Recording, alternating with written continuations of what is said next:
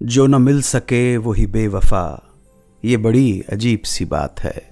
जो न मिल सके वो ही बेवफा, ये बड़ी अजीब सी बात है। जो चला गया मुझे छोड़कर, वही आज तक मेरे साथ है। न जाने कितनी गुजरी हुई यादें हैं, अनगिनत किस्से हैं। इन्हीं किस्सों और इन्हीं यादों को सजाकर जो महफिल आपके सामने पेश करता हूं, उसका नाम है सुहाना सफ़र विद अन्नू कपूर। सिर्फ 92.7 बिग एफएम पर। कोई ये शो सुन रहा है इसलिए कि उसका सफ़र आराम से कट जाए, ट्रैफिक की तरफ ध्यान न जाए, बस मीठे मीठे किस्से सुनते सुनते ऑफिस पहुंच जाए। तो कोई ये शो इसलिए सुन रहा है कि उसका मन लगा रहे, अच्छे अच्छे गाने सुनने को मिलें, उसके पसंदीदा स्टार्स की नई नई बातें जानने को मिलें। हमारा भी यही मकसद है कि चाहे राज कपूर की बातें करें या देवानंद की, एस.डी. बर्मन की या शंकर जयकिशन की, बस आपका मन लगा रहे। बड़ी कोशिश करते हैं कि अच्छे अच्छे किस्से कहानियां ढूंढ के आपके सामने लाएं। आज जिन जिन यादों का गुलदस्ता आपके लिए लेकर आया हूं, उस बुके में है गुरुदत्त के चहेते राइटर अबरार अलवी के डायरेक्टर बनने की कहानी। और बात उस रात की जब एक गीत सुनकर राज कपूर से रहा न गया और वो आधी रात को चल दिए अपने दोस्त शैलेंद्र से मिलने। इसके अलावा आज बात करूंगा मदर इंडिया की स्क्रिप्ट लिखने के दौरान रखी गई एक अजीब सी शर्त की कहानी। ये शर्त क्या थी, किसने रखी ये शर्त, इसका खुलासा भी करूंगा आज के ही शो पर। और आप सबके सामने बयान करूंगा आनंद बख्शी की कामयाबी के पीछे उनके पत्नी के योगदान की। तो जनाब, करता हूं आगाज आज के सुहाने सफर का। आज के सुहाने सफर की इब्तिदा करते हैं ग्रेट गुरुदत्त और उनके ग्रेट राइटर अबरार अलवी के किस्से से। अबरार अलवी गुरुदत्त की फिल्मों के राइटर से गुरुदत्त की फिल्म 14वीं का चांद के डायरेक्टर कैसे बने, मुलाहिजा फरमाइए। अबरार अलवी की प्रतिभा गुरुदत्त से छुपी नहीं थी। अबरार के साथ काम करते हुए गुरुदत्त साहब को यह संभावना नजर आ गई थी कि अबरार के अंदर एक डायरेक्टर भी दबे खाने बैठा हुआ है। इस पॉसिबिलिटी को, इस पोटेंशियल को सच करने के लिए वक्त वक्त पर गुरुदत्त उन्हें मौका देते रहते थे। ऐसा ही एक मौका गुरु ने अबरार को दिया सन 1955 में फिल्म प्यासा के सेट पर। हुआ यूं कि प्यासा का सेट लगा हुआ था और उस दिन जिस सीन की शूटिंग होने वाली थी उसमें ज्यादा डायलॉग नहीं थे, साइलेंट सीन था।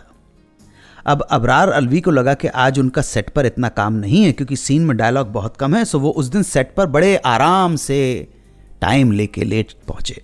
लेकिन जनाब, जब वो पहुंचे तो पता चला कि शूटिंग तो अभी तक शुरू ही नहीं हुई है और सब लोग शूटिंग करने के लिए उनका इंतजार कर रहे हैं। अबरार को समझ में नहीं आया कि शूटिंग के लिए उनका इंतजार क्यों, डायलॉग वायलॉग तो कुछ है नहीं।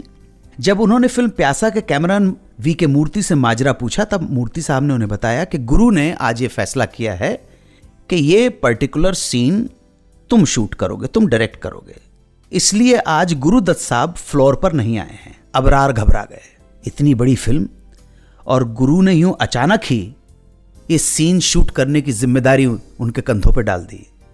पैर लड़खड़ा गए, सांसें फूल गई, क्योंकि ना कोई तैयारी है और ना ही डायरेक्शन का कोई एक्सपीरियंस। घबरा गए, चल पड़े गुरु से मिलने उनके स्टूडियो के ऑफिस में। ऑफिस में पहुंचकर जब गुरु मिले तब उन्होंने अपनी प्रॉब्लम बताई तो गुरुदत्त ने साफ कह दिया कि आज मुझे एक केस के सिलसिले में कचहरी जाना है, इसलिए यार आज की शूटिंग तुम ही डायरेक्ट कर लो। अबरार अलवी ने मिन्नतें की, गुरु ये मेरे बस की बात नहीं है, सीन लिखना अलग बात है और उसे पिक्चराइज करना बिल्कुल अलग बात है। मुझे डायरेक्शन की ABCD भी नहीं आती है, मैं नहीं कर पाऊंगा। और गुरुदत्त बोला, तुम्हें कुछ नहीं करना, बस जो सोच कर, जो इमेजिन कर, तसव्वुर करके, जो आपने विजुलाइज करके जो लिखा है, उसी इमेजिनेशन को कैमरे में कैद कर दो। गुरुदत्त बोले, बहस मत करो और जाकर सीन शूट करो। अबरार के सामने कोई और ऑप्शन मौजूद नहीं था। लौट आए स्टूडियो, पहुंचे कैमरामैन वी के मूर्ति के पास, ये सोचकर कि वी के मूर्ति साहब थोड़ी हेल्प कर देंगे, शॉट वॉट अरेंज कर देंगे, अच्छा सा फ्रेम बना देंगे। मगर मूर्ति साहब ने उनको कोई लिफ्ट नहीं दी। किसी तरफ से कोई हेल्प नहीं मिली, साथ नहीं मिला, तो आखिरकार अबरार साहब के पास कुछ नहीं बचा सिवाय इस ऑप्शन के वो हौसला जुटाएं और हिम्मत मर्दा तो मदद खुदा। उन्होंने कुछ असिस्टेंट्स के साथ मिलकर सीन शूटिंग की प्लानिंग कर ली और घबराहट के साथ शॉट लेना शुरू किया। शूटिंग के दौरान उन्होंने 2-3 बार नोटिस किया कि कैमरामैन वीके मूर्ति बिना किसी मतलब के बार बार स्टूडियो के ऊपर की तरफ जहां लाइटमैन तराफे पे खड़े होते हैं वहां देख रहे हैं। तो अबरार अलवी मजबूर हो गए वीके मूर्ति की इस नज़र को पकड़ने के लिए, और जब अबरार साहब ने तराफे की तरफ देखा तो उस मंजर को देखकर वो सन्न रह गए। अबरार अलवी ने देखा कि लाइटमैन के साथ गुरुदत्त वो तराफे पर ऊंचे खड़े हुए लगातार उन्हें शूटिंग करता हुआ देख रहे हैं, ऑब्जर्व कर रहे हैं। उसके बाद नीचे उतरे गुरुदत्त और पूछा कि भाई ये क्या हो रहा है। तब गुरुदत्त साहब ने बताया कि अबरार मियाँ, ये तुम्हारे डायरेक्टर बनने का इम्तिहान चल रहा था। इस इम्तिहान में तुम 50% पास हो गए, मगर बाकी के 50% का पता सीन के रशेस आने के बाद पता चलेगा।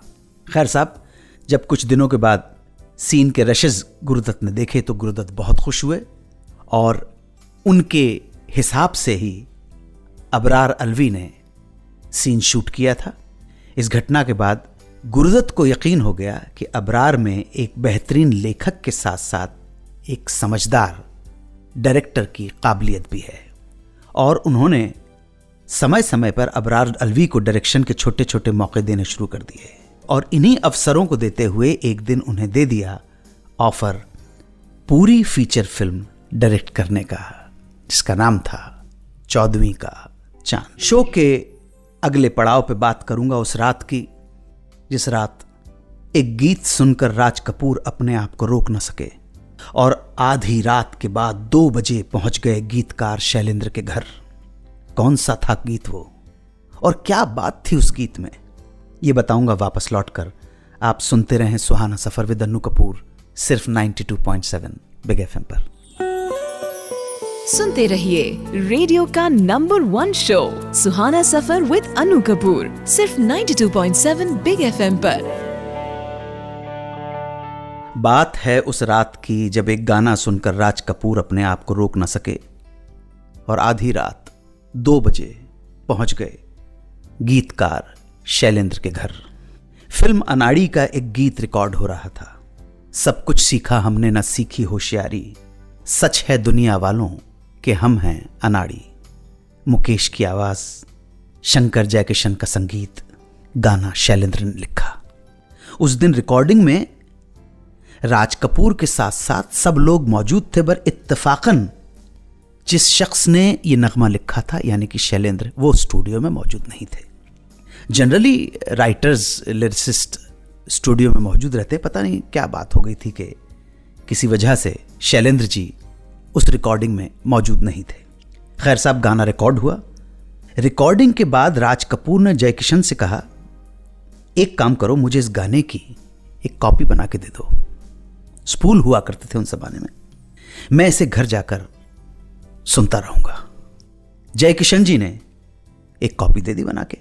राज कपूर घर पहुंचे। रात को खा पीकर सुकून के साथ इस गाने को सुनना शुरू किया। वक्त गुजरता चला गया। 11-12 बज गए रात के 1। राज कपूर ने गाना एक बार सुना, 2 बार सुना, और फिर इसी गाने को बार बार सुनते रहे। इस गाने के बोल ऐसे छू गए, इस गाने की पोइट्री ने, इस गाने की फिलॉसफी ने, दर्शन ने, ख्याल ने राज कपूर को इतना तड़पा दिया कि वक्त की परवाह किए बिना रात 2 बजे गाड़ी निकाल के सीधे चल दिए विले पार्ले शैलेंद्र के घर की तरफ। जब उनकी कार शैलेंद्र जी के बंगले रिमझिम के दरवाजे पर रुकी, बंगले की सारी लाइट्स बंद थीं, सब सोए हुए थे, मगर राज कपूर से नहीं रहा गया और उन्होंने बेल बजा दी। काफी देर बाद नौकर ने दरवाजा खोला। सामने राज कपूर को देखकर नौकर दंग रह गया। क्या हो गया, इतनी रात कोई गड़बड़ तो नहीं है? वो पहुंचा भागकर अपने मालिक शैलेंद्र जी को जगाने। जब शैलेंद्र जी को पता चला कि आधी रात राज कपूर आए हैं तो उनके मन में भी किसी अनहोनी की शंका हुई। वो राज कपूर के पास आए, क्या हुआ, सब खैरियत तो है इतनी रात? राज कपूर ने शैलेंद्र की बात का कोई जवाब नहीं दिया, बस शैलेंद्र को कसकर गले लगा लिया, जकड़ लिया। शैलेंद्र जी अब भी समझ नहीं पाए कि मामला क्या है। थोड़ी देर बाद राज कपूर की जब तंद्रा टूटी तो शैलेंद्र जी ने देखा कि राज कपूर की भरी हुई आंखें। क्या हुआ, कोई दुर्घटना हो गई क्या?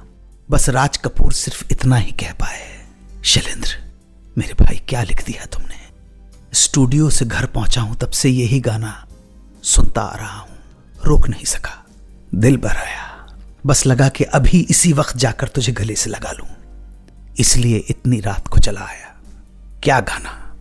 एक आदमी को, और वो आदमी अगर राज कपूर हो, मजबूर कर दे के जाके जिसने लिखा है, जिसने इस विचारों को जन्म दिया है, उसे गले लगा ले। हिंदुस्तान की कल्ट फिल्मों में से एक फिल्म मदर इंडिया। मगर क्या आप जानते हैं कि इस फिल्म के डायलॉग राइटर ने डायलॉग लिखने के लिए एक अजीब सी शर्त रख दी थी, और शर्त ये थी कि फिल्म के डायलॉग तो लिखेंगे मगर डायरेक्टर महबूब खान से नहीं मिलेंगे।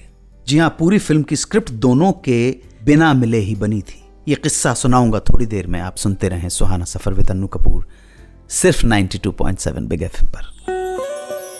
सुनते रहिए रेडियो का number 1 show Suhana Safar with Anu Kapoor, सिर्फ 92.7 बिग एफएम पर। पेश खिदमत है सुहाना सफर का अगला पड़ाव। बात फिल्म मदर इंडिया की। फिल्म के डायलॉग लिखे थे वजाहत मिर्जा ने। वजाहत मिर्जा के बारे में थोड़ा सा बताता चलूं। वजाहत मिर्जा 20 अप्रैल 1908 को सीतापुर उत्तर प्रदेश में जन्मे थे। उनका पूरा नाम था मिर्जा वजाहत हुसैन चंगेजी। वजाहत मिर्जा ने तकरीबन 50 से ज़्यादा फिल्में लिखी और ख़ास तौर पर वो महबूब खान के बड़े चहीते राइटर थे। उनकी लिखी कुछ यादगार फिल्में हैं यहूदी की बेटी, औरत, शहीद, मुग़ल आज़म, रोटी, लीडर, गंगा जमुना और मदर इंडिया। वजाहत मिर्ज़ा का स्वभाव थोड़ा गुस्से वाला था, थोड़े तुनक मिजाज थे, बहुत जल्दी ही बात का बुरा मान लेते थे, नाराज़ हो जाया करते थे, खफा हो जाते थे। अब मदर इंडिया जब लिखी जा रही थी तो महबूब खान ने जब मदर इंडिया लिखी जा रही थी तो महबूब खान से भी एक बार स्क्रिप्ट को लेकर उनकी बहस हो गई, गर्मा गर्मी हो गई, और ये बहस उस मुकाम पर पहुंच गई कि वजाहत मिर्ज़ा नाराज़ होकर घर चले गए। महबूब साहब ने सोचा कि हर बार की तरह इस बार भी 2-3 दिन बाद गुस्सा ठंडा हो जाएगा, तब आगे का काम करेंगे, पर ऐसा नहीं हुआ।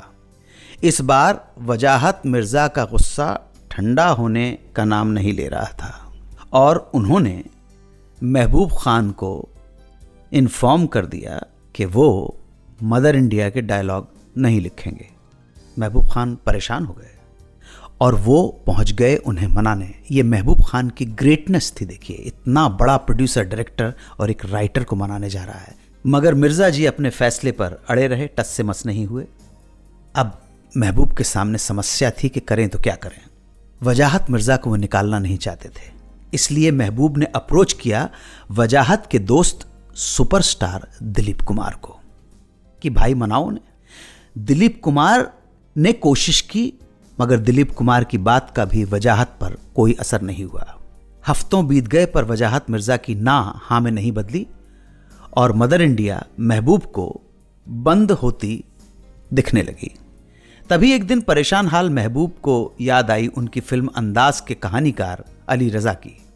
अली रज़ा वजाहत मिर्ज़ा के बहुत अजीज दोस्त थे और वजाहत अली रज़ा की कोई बात टालते नहीं थे। तो अली रज़ा को बुलाया महबूब खान ने, सारा मामला बताया और कहा मदद करो। अब साहब अली रज़ा गए वजाहत मिर्ज़ा के पास और जी जान लगा दी उन्हें मनाने में, मगर वजाहत इतनी आसानी से मानने वाले नहीं थे। उन्होंने भी मानने में बहुत दिन लगा दिए और कई दिनों की गुजारिश करने के बाद, मिन्नतें करने के बाद उन्होंने एक शर्त रखी कि वो इस शर्त पर फिल्म मदर इंडिया के डायलॉग लिखेंगे कि वो महबूब खान से कभी नहीं मिलेंगे। महबूब खान तक जब ये शर्त पहुंची तो सलाम करता हूं, hats off to Mehboob Khan.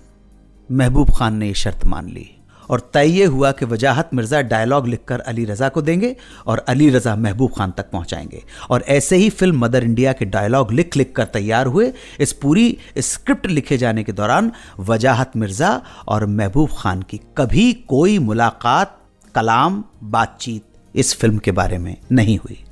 Mehboob Khan को जो भी कहना होता था वो अली रज़ा को कहते थे और वजाहत को जो भी समझाना होता था वो भी अली रज़ा के माध्यम से ही महबूब खान तक पहुंच जाया करती थी बात, और वो भी अली रज़ा के माध्यम से ही महबूब खान को समझाया करते थे।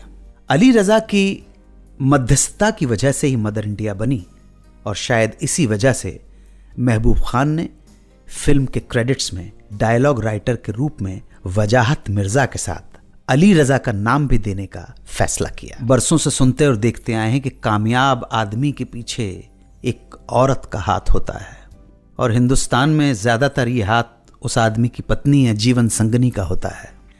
गीतकार आनंद बख्शी की सक्सेस में भी बहुत बड़ा योगदान था उनकी धर्मपत्नी का।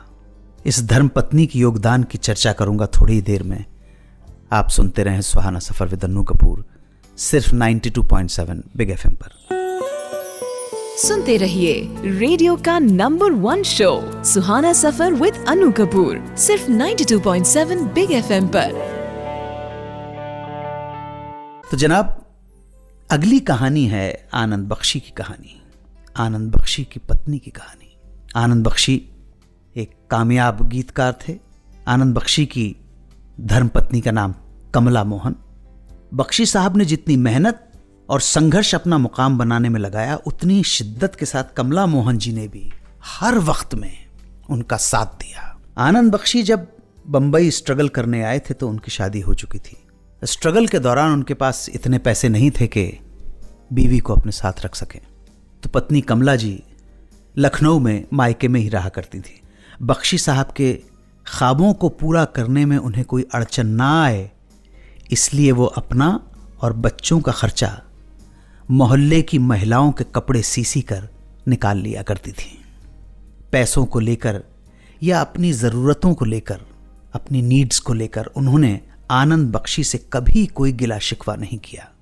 यहाँ तक कि जब एक बार कमला जी की तबीयत ख़राब हो गई और डॉक्टर ने उन्हें ताकत के लिए, एनर्जी के लिए रोज़ अंडे खाने को कहा, तब भी उन्होंने खुद की बजाय अपने बच्चों को रोज़ अंडे खिलाना शुरू कर दिया ताकि बच्चों की सेहत ठीक रहे। वो बख्शी साहब के संघर्ष के दिनों में जितनी अल्पव्ययी रहीं, उतनी ही बख्शी साहब के अच्छे दिनों में भी बनी रहीं। ज़्यादातर पुराने कपड़ों से ही काम चला लिया करती थी। बहुत ज़रूरत होने पे ही किसी नई चीज़ को ख़रीदा करती थी।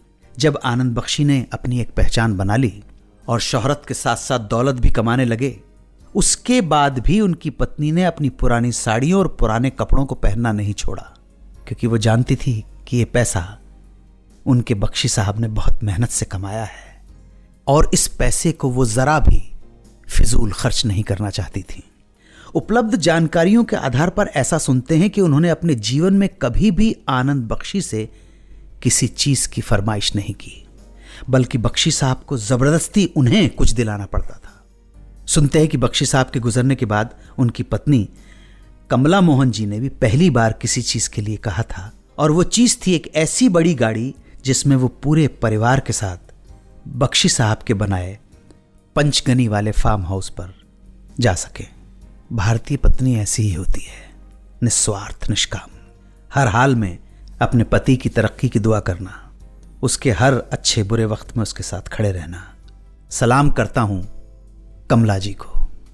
बात चलिए पत्नी की डिवोशन की, तो अजीब सा फैक्ट है कि अमेरिका में देखा गया है, ये ऑब्जर्व किया गया है, नोट किया है समाजशास्त्रियों ने, कि अगर भारतीय पुरुष हो और गोरी औरत हो तो भी शादी टिक जाती है। यहाँ गोरी औरत डोमिनेट करती है लेकिन फिर भी शादी टिक जाती है। और अगर गोरा पति हो और भारतीय पत्नी हो तो मेरे मेहरबान दोस्तों, अमेजिंग रिजल्ट सामने आए हैं। 30-30, 40-40 साल की शादी टिक जाती है और भारतीय पत्नी को पाकर ये गोरा पति मस्त हो जाता है, तब उसको पता पड़ता है कि भारतीय नारी क्या होती है। बेशक वो जीन्स पहने, बेशक वो अंग्रेजी में बात करे, लेकिन हमारी स्त्री के अंदर एक नैसर्गिक जो सौंदर्य है, जो एक प्रकृति ने उसे स्त्रीत्व प्रदान किया है, वो अलौकिक है। कमला जी को याद करता हूं, आनंद बख्शी को याद करता हूं। मेहरबान दोस्तों, सेगमेंट में पिछली बार से हम शुरू कर चुके हैं बारिश के गीत, वर्षा की फुहारें। देर आया लेकिन दुरुस्त आ गया। जब मैं वापस आऊंगा तो एक खत पढ़ूंगा। खत भेजने वाली हैं पंजाब की मीना बख्शी। उन्होंने सवाल किया है कि ये पढ़ते हुए भी मुझे थोड़ी सी शर्म आ रही है। उन्होंने तो कुछ और ही लिखा। Who superstar was born in Bhopal Madhya Pradesh on 20th February 1956 and join the national school of drama in Delhi in 1976। जवाब दूंगा थोड़ी देर में। आप सुनते रहें सुहाना सफर विद अन्नू कपूर, सिर्फ 92.7 बिग एफएम पर। सुनते रहिए रेडियो का number 1 show Suhana Safar with Anu Kapoor, सिर्फ 92.7 बिग एफएम पर। ब्रेक में जाने से पहले मैंने बात की थी आपसे कि एक खत मिला है मीना बख्शी जी का पंजाब से। उन्होंने सवाल किया है, which superstar was born in Bhopal Madhya Pradesh on 20th February 1956 and join the national school of drama in Delhi in 1976।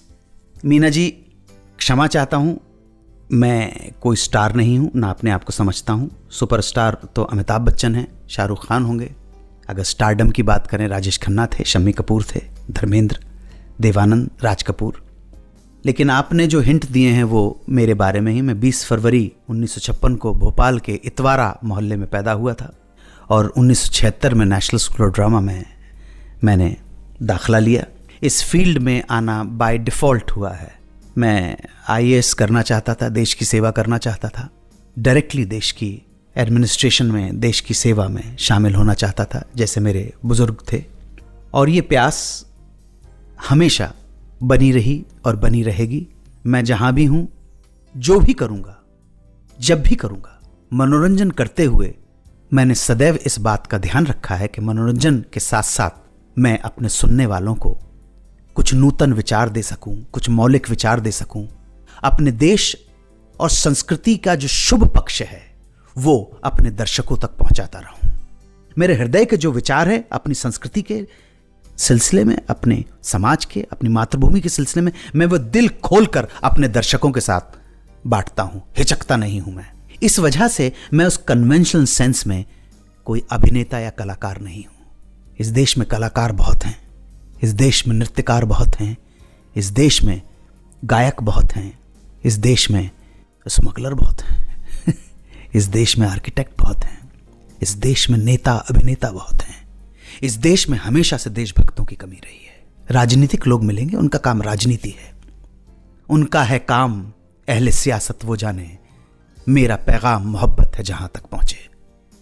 मैं प्रेम की बात करता हूं और मेरा ऐसा मानना है कि जो व्यक्ति अपनी मातृभूमि से प्रेम नहीं कर पाता है वह अधूरा है, अभी उसने प्रेम जाना ही नहीं है। मुझे इसके आगे मैं और कुछ बोल भी नहीं पाऊंगा। लेकिन आपने मेरे बारे में पूछा है तो नीरज जी की 4 पंक्तियां आपके साथ साथ सभी श्रोताओं को समर्पित कर रहा हूं। जब तक आंसू साथ रहेंगे मुझको याद किया जाएगा, जब तक आंसू साथ रहेंगे मुझको याद किया जाएगा, जहां प्रेम का चर्चा होगा मेरा नाम लिया जाएगा।